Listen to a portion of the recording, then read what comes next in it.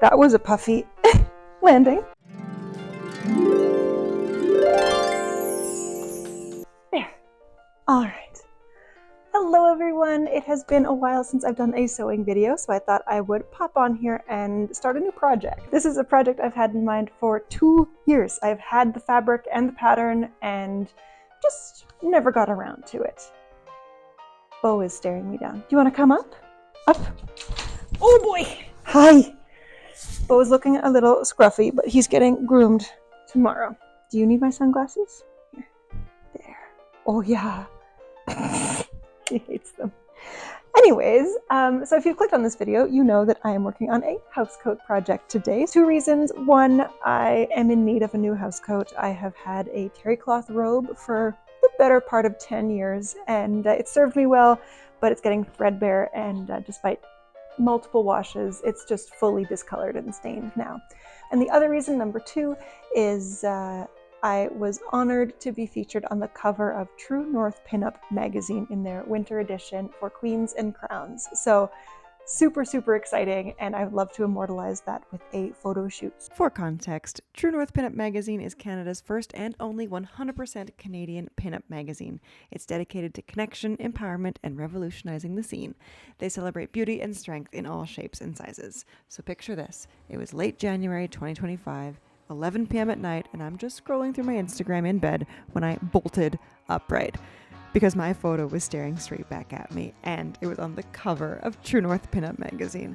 I couldn't believe it. And then I couldn't sleep because I was so excited.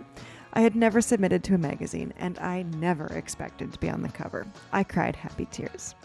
I would like to give a huge shout out to Vivian Brass, a fellow Canadian pinup who first told me about the magazine and encouraged me to submit for the Queens and Crowns edition. Thanks to her, I'm now officially a published pinup, wearing garments that I've made by hand, including the swimsuit that I made on this channel.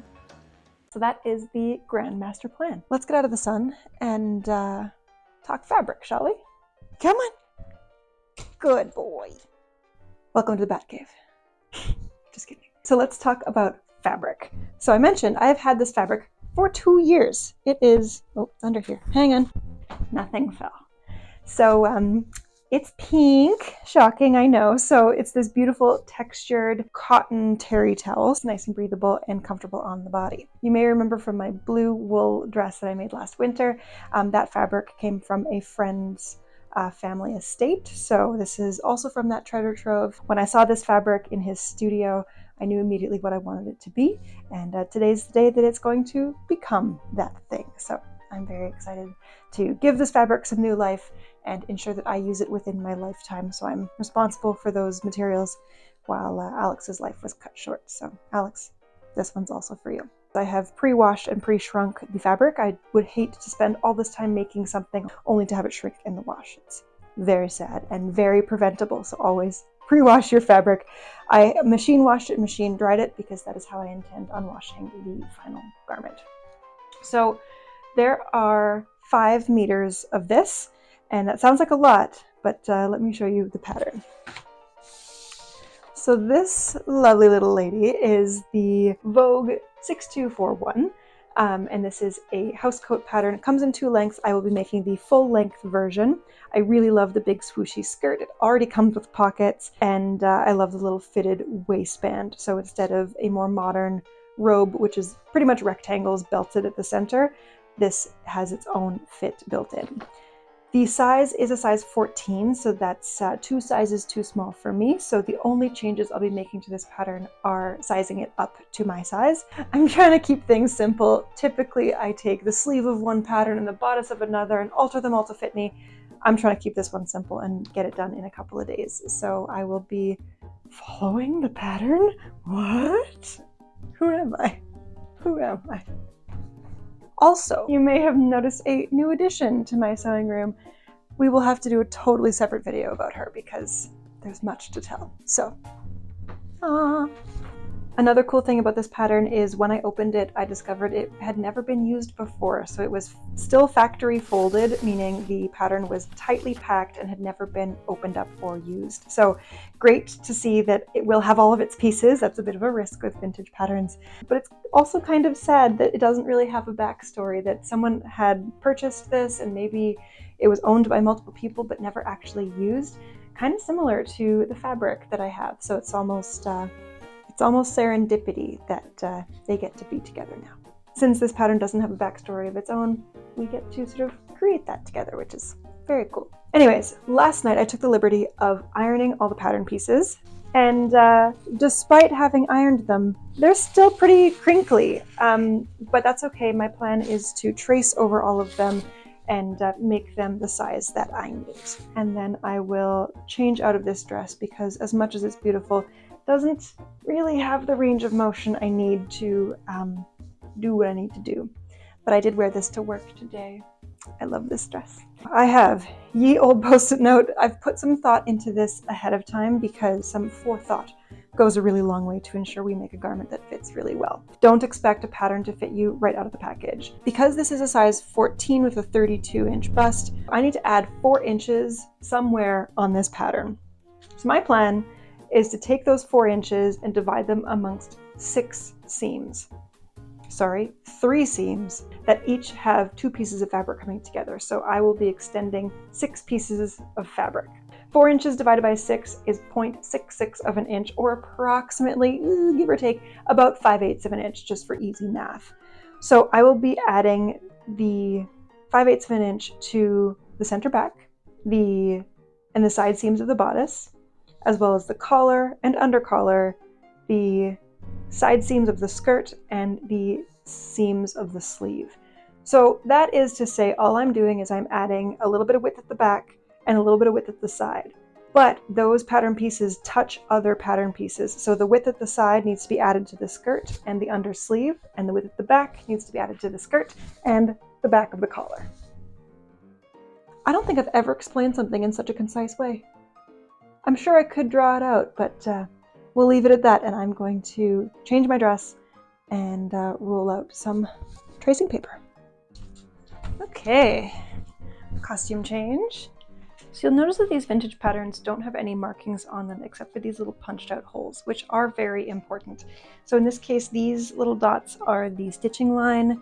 These double dots become the fold line for the cuff. There's notches, as well as the bigger dots serve as the grain line to sort of tell you where it needs to go on the fabric. Because the finished garment measurements are not marked on here like they would be on a commercial pattern nowadays, it's a good idea to take your measuring tape, measure from the seam line to, in this case, the fold line, to see how long that sleeve is going to be. Measure it against your own body and see if that's a long enough sleeve for you. I think I might lengthen these by 1 inch just to be safe. I also do this for the bust pieces. So if I take the bodice pieces, so they will match up at the side seams. This is a little wonky because there's a dart here. So line it up where those seam lines are, and then take my measuring tape and account for where this is the collar facing. This piece will sort of fold open. So I imagine it'll fold around there, and try and keep it steady.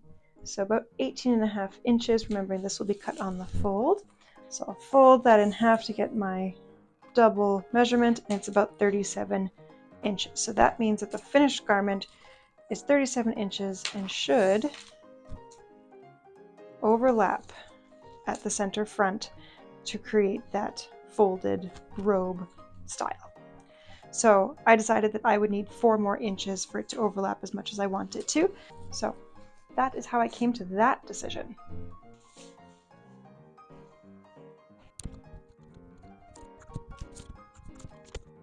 So this is what we have so far. So I've added an extra 5/8 of an inch to either side seam. These two will connect, and at the center back.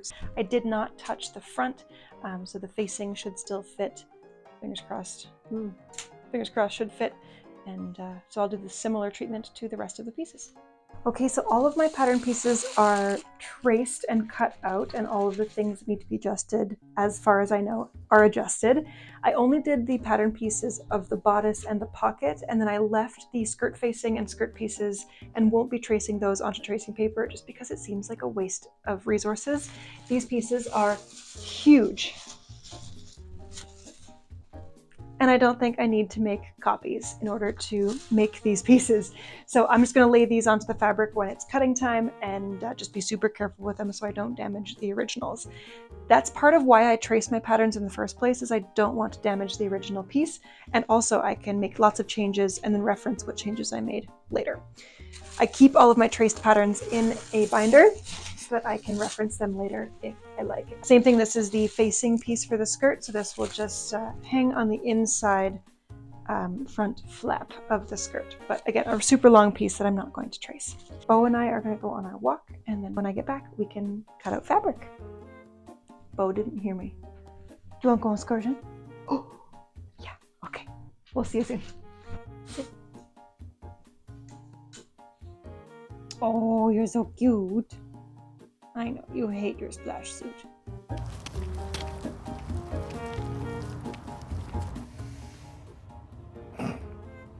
Look how muddy. That's why you wear this liquor. I hate it, Mommy. I know. So we are fed, watered, and walked, and now it's time to cut out fabric. So I'm thinking I'm going to start with the enormous skirt pieces first. That way I'm certain I have enough fabric for them. In order to get the fabric on here, I gotta move everything out of the way. BRB. Okay. I am glad that it's spring, I'll be honest, but the dog walking situation, spring just is not pretty around here. I don't know if it's rainbows and sunshine where you live, but in my climate, spring is just like puddly, slushy, sandy, sloppy mess. So it's impossible to keep Beau clean. Is this gonna fit? So this is the full width of my fabric. Some of it is hanging off the edge of the table. I am not ironing this. It'll take me too long. While I'm at it, I wanted to have a little chitty chat about some things I'm up to. So I am taking part in the Last Sewist Standing, or is it Last Sewer Standing? Whatever it's called. A fabric buying challenge. It is a no fabric buying challenge, and therefore I am sewing through my stash for ideally the year if I can make it. So it's a challenge you can join, it's free to join, and it's just really to keep you accountable and hopefully change your fabric buying habits, because I've noticed I tend to overconsume fabric and don't get to it, like this fabric that I've had for 2 years and even had a plan for it and then just got distracted by something else that's newer and shinier, and then my old shiny ideas seem less shiny. So I want to honor the resources that I have and use them up before I just start buying more. We live in a very consumeristic culture, so it's hard to not be tempted by buying new things, but I find myself even over-consuming when I thrift, where I buy more than I need, or I buy things that I think, oh, I'll get around to altering that, and then I never do. Which I will probably do a Wounded Birds video in the future where I get to some of those projects. So when I'm going along the sides here and just marking that 5/8 of an inch extra breathing room, but I'm going to finish with this pattern piece and keep going.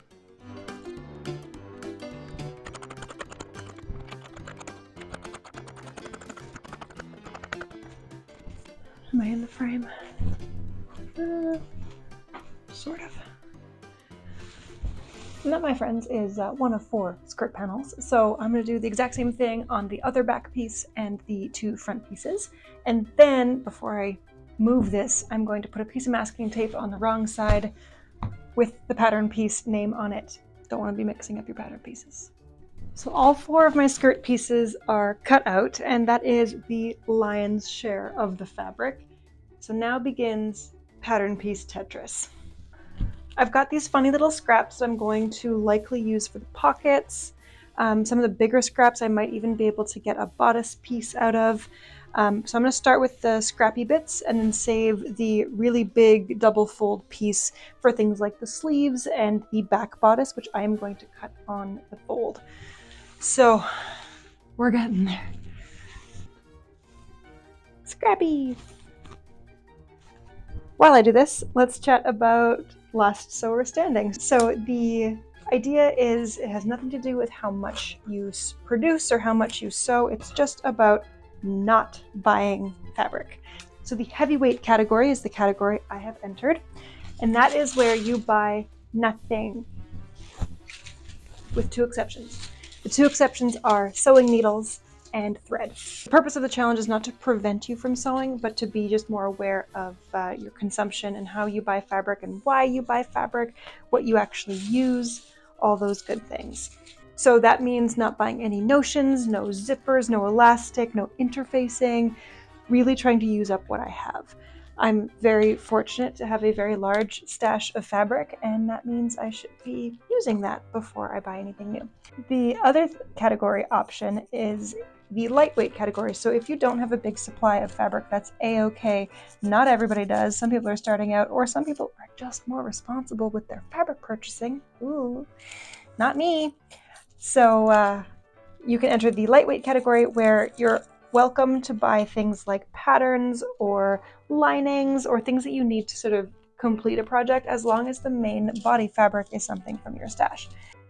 It's, again, very tempting to just buy things because buying things feels good, and so does sewing. And I need to remember that making the things I've dreamed of feels so much better than the short-term dopamine hit of buying a new shiny thing. So that's what I'm working on.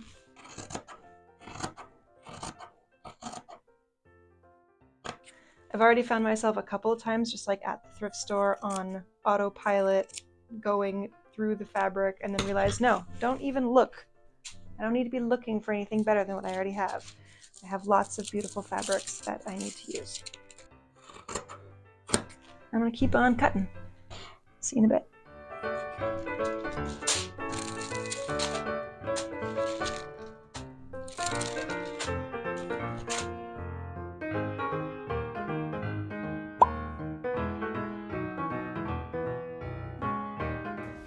Yes, I know. Oh my goodness, hello. Good morning. I did not get to serging until today because, you know, life happens. But today is construction day, so I can finally start putting this thing together. All the pieces that need serging are serged. So the skirt pieces are serged all the way along the side seams, hem, and back up the other side seam. The pockets and sleeve are serged all the way around, and the bodice pieces are serged on the shoulder, armhole, and side seams. All the other seams, like the collar and waistline, those will all be tucked in to either a facing or the waistband facing, essentially. So those don't need to be serged. Normally, logic would dictate that I would start with the bodice. That's typically what patterns suggest. However, because this skirt is cut on a slight curve, and as we know, we need to have those pieces hang to sort of work their ways out. So if the bias is going to droop at all, I'd rather have that happen before I hem it. So I'm going to assemble the skirt first, starting with adding in my pockets. My first step to the skirt is to sew the center back seam on the back panels and then press that seam open before adding my pockets. So I have my two skirt front pieces, and I'm going to take two of my pocket sections and right sides together, add those to the side seams. So now that my pockets are stitched onto the side seams and pressed, everybody can come together. So right sides facing up, that's my back piece, and then these are each of my front pieces. So I match up their little, I like to call these little elephant ears, match those up.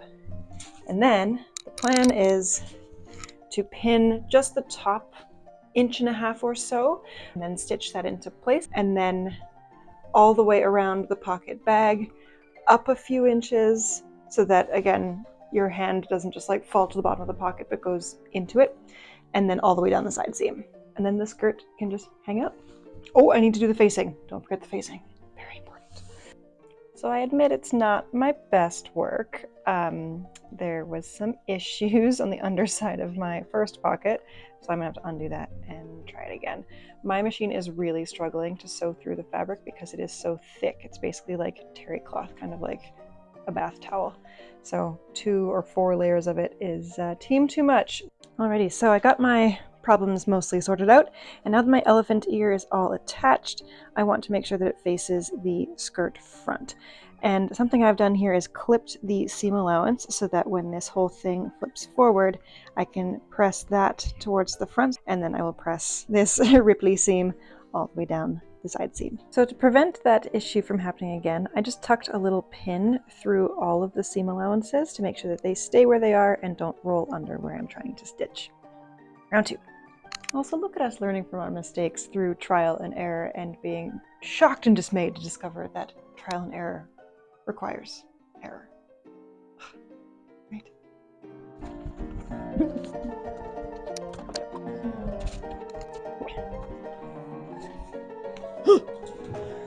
She hefty. That is not going to be enough thread. Hold on.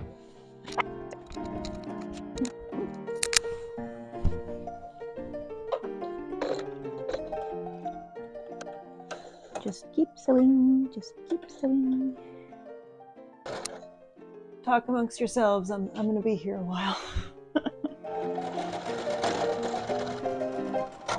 Ah! I don't know why my thread keeps jumping around. It's having a little party. Can you behave? It's work time.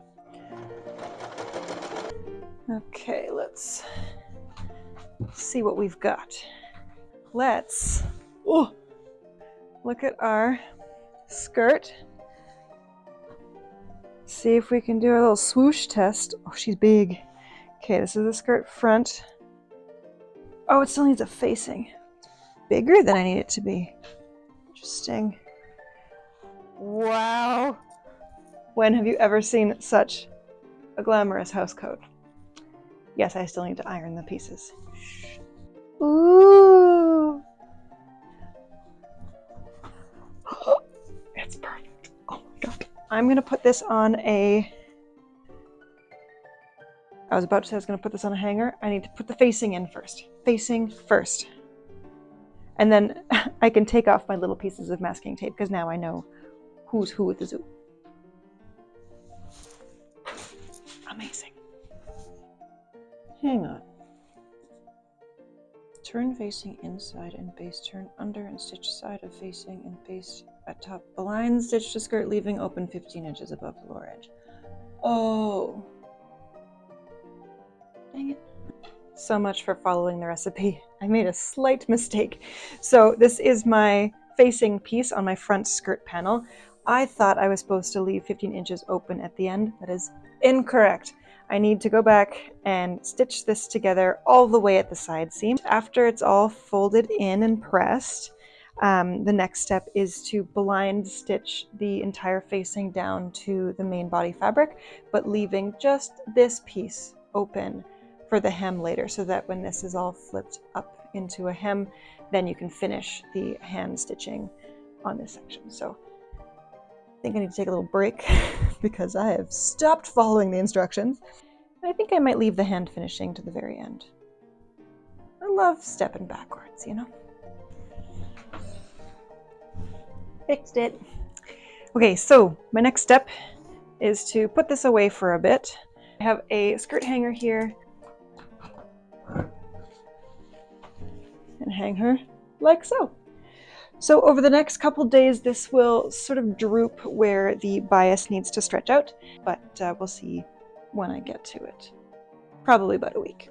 Overnight at the very least, but yeah, you don't want to have to re-hem your garment after you've finished it.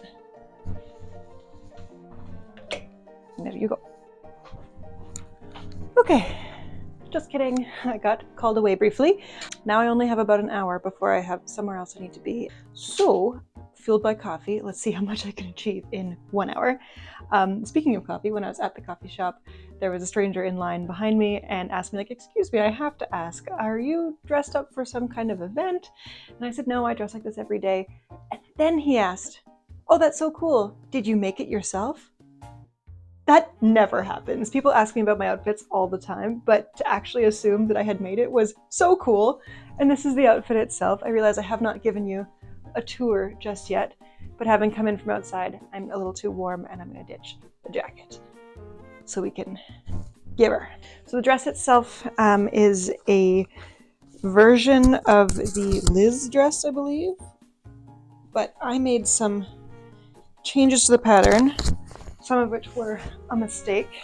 As you can tell, I can't quite keep my bra straps covered, and I've just temporarily pinned the shoulders to sort of keep them at the right height. I feel like I measured it like this, which happens, but I love the fabric and it still fits, and I made it about 2, 3, 4 years ago, 2 years ago? I don't remember, but this is she. Moving on, let's make a robe.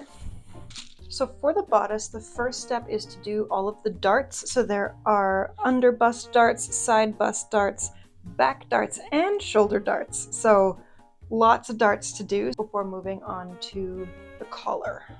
Yeah, darts, stitch it together at the shoulders and side seams, and then now we've got ourselves a vest, and then it's time to add the collar and facing. Where's my microphone? There you are. Oh. That's better.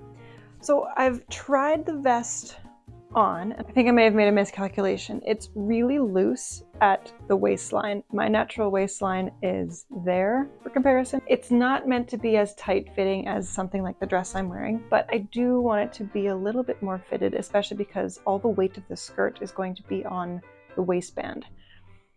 If I take it in just a little bit, like maybe just a pinch on each side. Wait, if I take an inch off either side, that's taking off everything I added. Ugh. Okay, well, live and learn.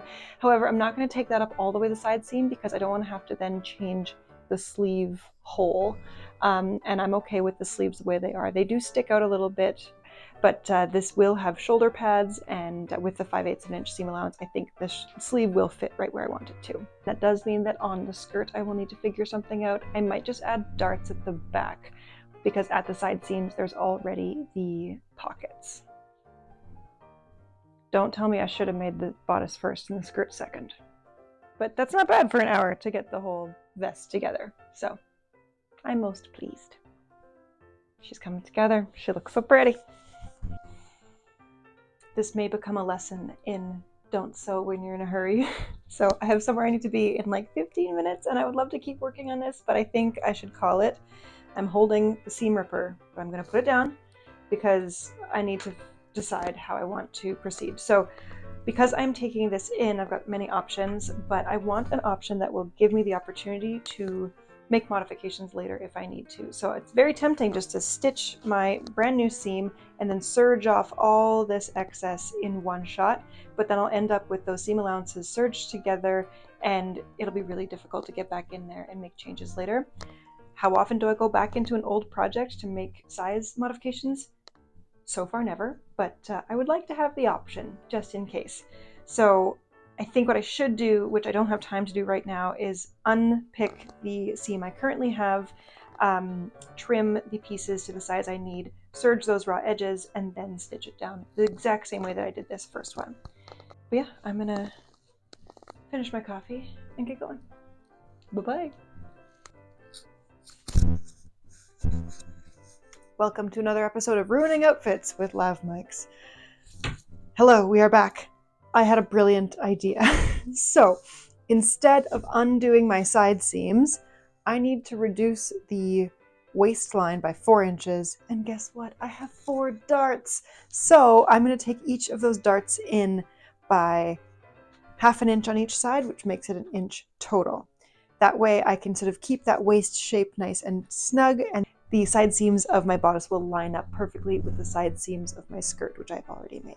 To do that, I'm going to take a little bit of water in a spray bottle and just undo those lines that I had drawn on my bodice, trying not to get rid of any of the notches that I might need. But this pen is disappearing ink, so with a little bit of water, it just disappears. And then I'll mark and restitch my darts and then move on to the collar and sleeves. This is what I mean by walking away, thinking about the problem, and a solution will come to mind. So glad I stepped away when I did and came up with a much better solution. Look at us using our big monkey brains.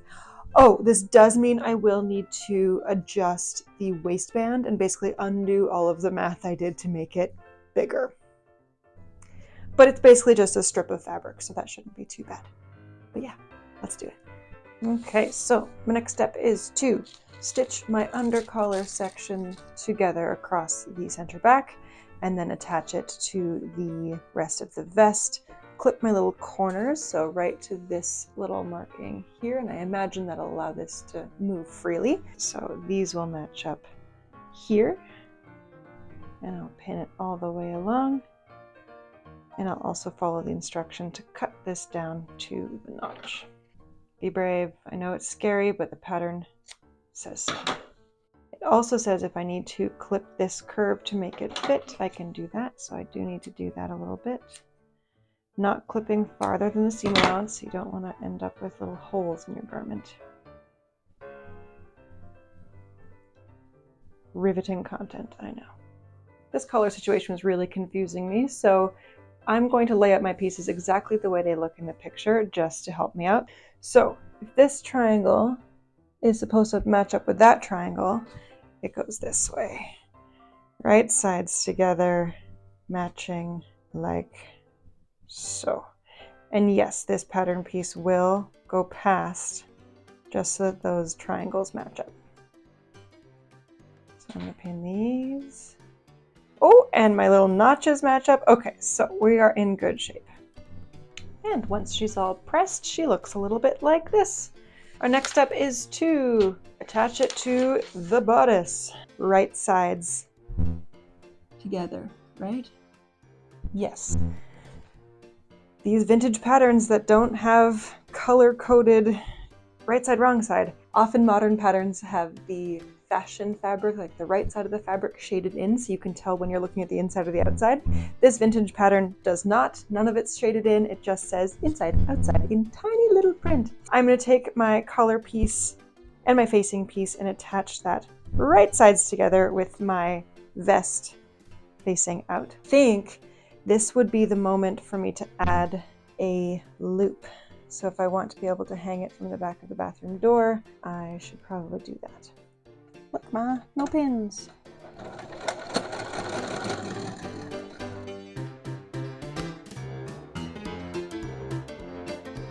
There's my little tube. So I'm going to press that flat, and then the plan is to put it into my collar seam like so, and that'll be my little loop. The pattern doesn't tell me to understitch the collar, but I know that I should. So this might be one of those assumed knowledge things. So what I plan to do, this is the inside, and this is where the collar will flip, and then that'll be the inside, the right side. My plan is to trim down the seam allowance on the under collar side and the facing side, and press all of my seams towards the inside, and then stitch that down on the inside. That understitching will prevent the collar from rolling over and keep things nice and flat, especially because this fabric is quite bulky. I think that's the way to go. So I'm going to do that, and then I think we can move on to sleeves. Or maybe the belt? I don't know. Maybe the belt. I don't know. I should check the instructions. Also, please ignore the giant pile of chaos behind me. Look here. Eyes up here. Time to press these right sides out. So because I cut the little corners off of the pointy sections, I can just flip those inside out. Right side out. Poke it out with my finger and then take a corner turner, I believe this is called. Mine is just a ruler that's been whittled down, but that works. And then I get a nice sharp corner. This one doesn't even need a pokey thing. Boop, boop.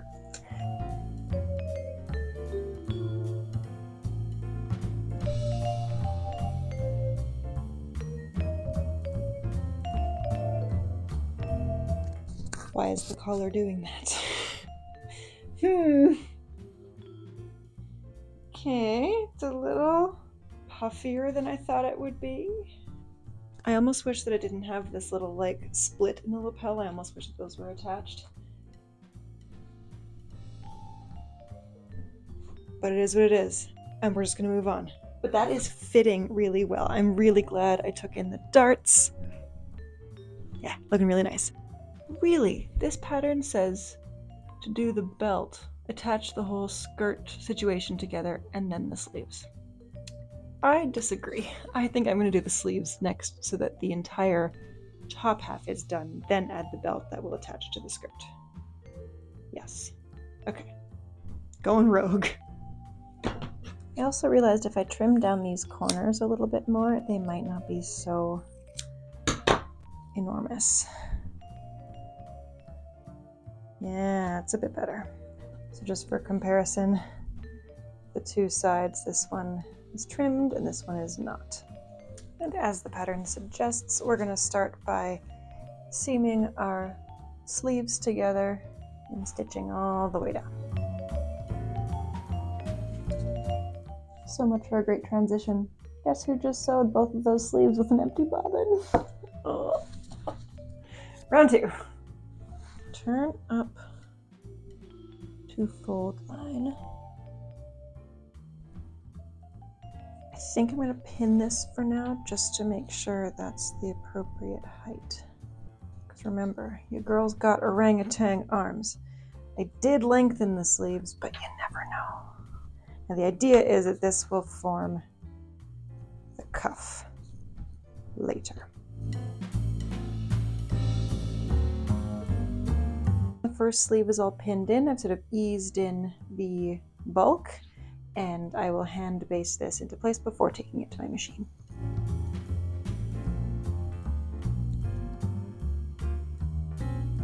And I like to sew my sleeves from the inside of the sleeve cap.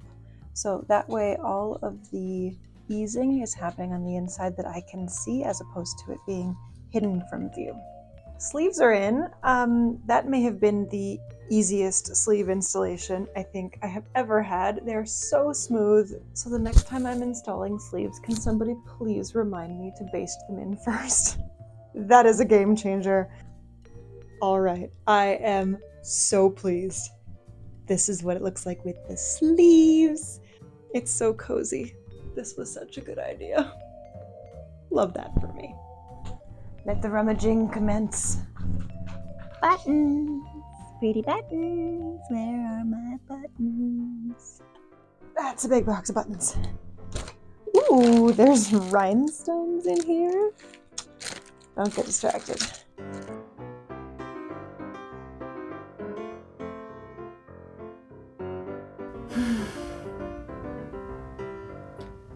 When I tell you I've been agonizing about buttons for the last 20 minutes, I need you to know that that's not an exaggeration.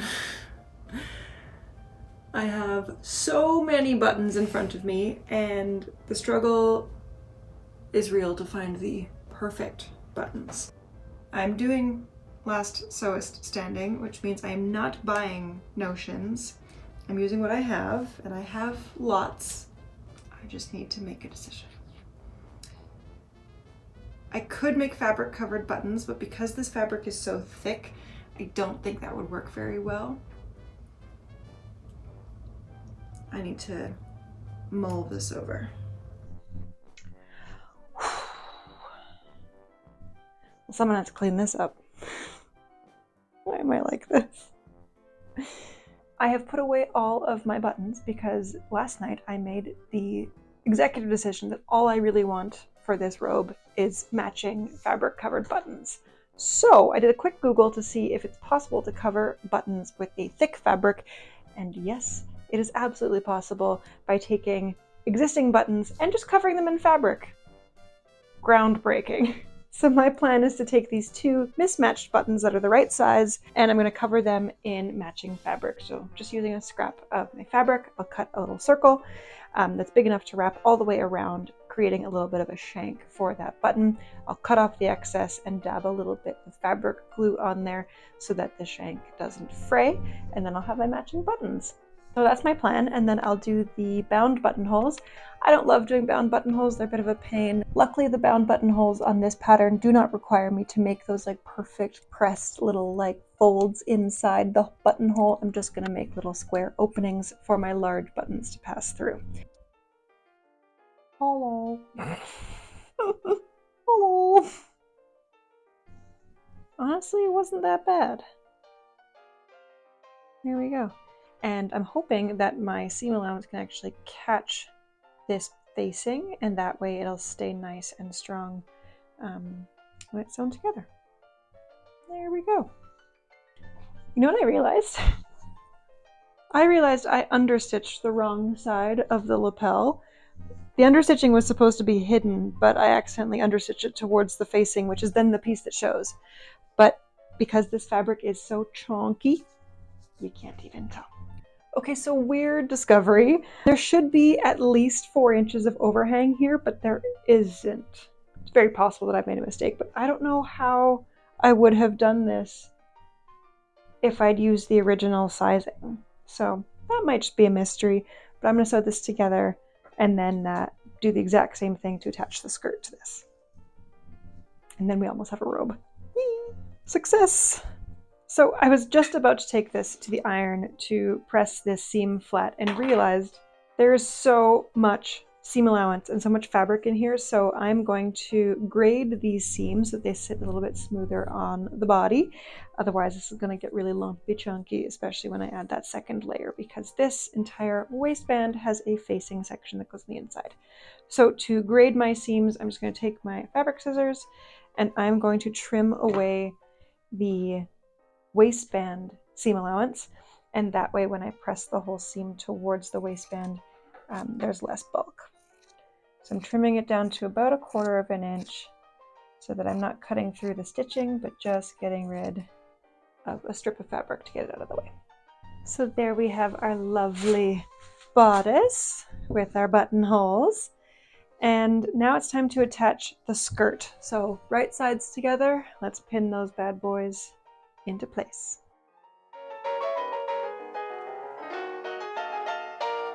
Ta-da! That's the skirt. There's the bodice. All one happy family. I'm going to stitch all this together. Pray for my machine. This is a lot of layers. I'm scared.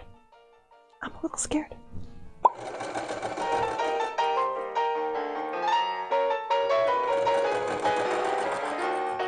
You can hear how Scraps is comfy. Are you good boy? Yeah. My sweetie. Last pattern piece. This is the waistband facing. So this is a bit of a funny step in the instructions where I take those flippy flappies, that is my seam allowance, and I put these right sides together, which looks a little bit crazy. And the idea here is to stitch this center seam right here, come around the other side, and do the same thing on this side. And then once those are stitched, flip that to the inside, press it with the seam allowances tucked in, and then it just says hem. It doesn't say how, it doesn't say stitch in the ditch, it doesn't say hand sew it, it just says hem. So I may hand sew that later. And then I'm going to try it on and hem it off camera. I will sew in some shoulder pads for structure, and then I will see you at the photo shoot.